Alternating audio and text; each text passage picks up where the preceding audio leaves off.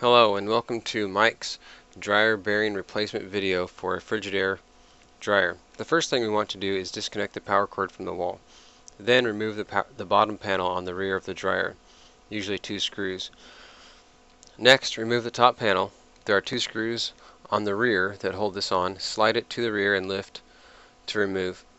This picture shows the inside power connection, which I removed the power cord from here as well, but that's not necessary.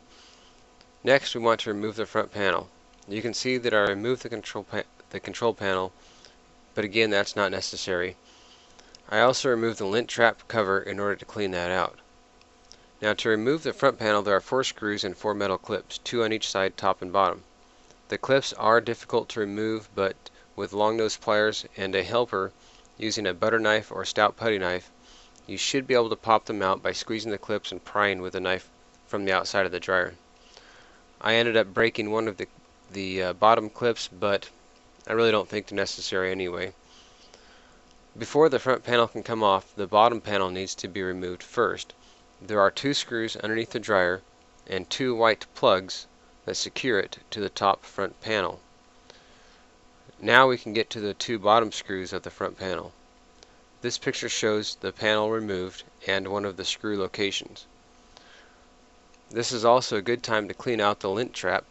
As a general rule, clean as you go because there will be a lot of lint. Next, we want to take the belt off the idler pulley and motor shaft. The pulley has a spring tensioner, which is similar to a car engine. Inside the drum there are 3 screws that attach the drum to the bearing.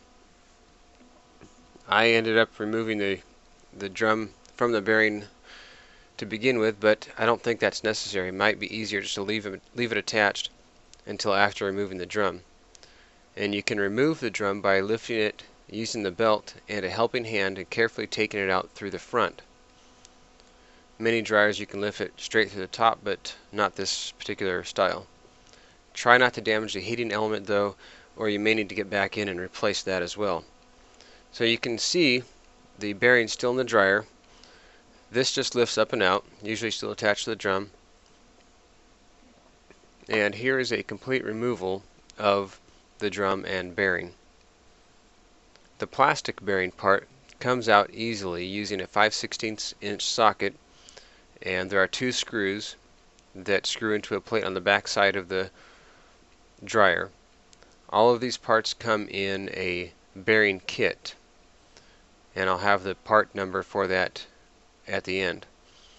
After removal, be sure to grease the new plastic bearing well and put the small ball bearing into the back of it. There should be a little hole there, and the grease should hold it in place.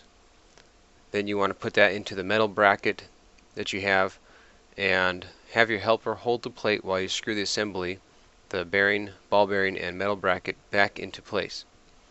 Then attach the metal bearing onto the drum, making sure to grease the ball end of it, and then you're going to lift and put the drum back into the dryer. Then you can just put all the components back together in the reverse order of removal. You can also go to www.searspartsdirect.com for more specific parts and a couple of diagrams.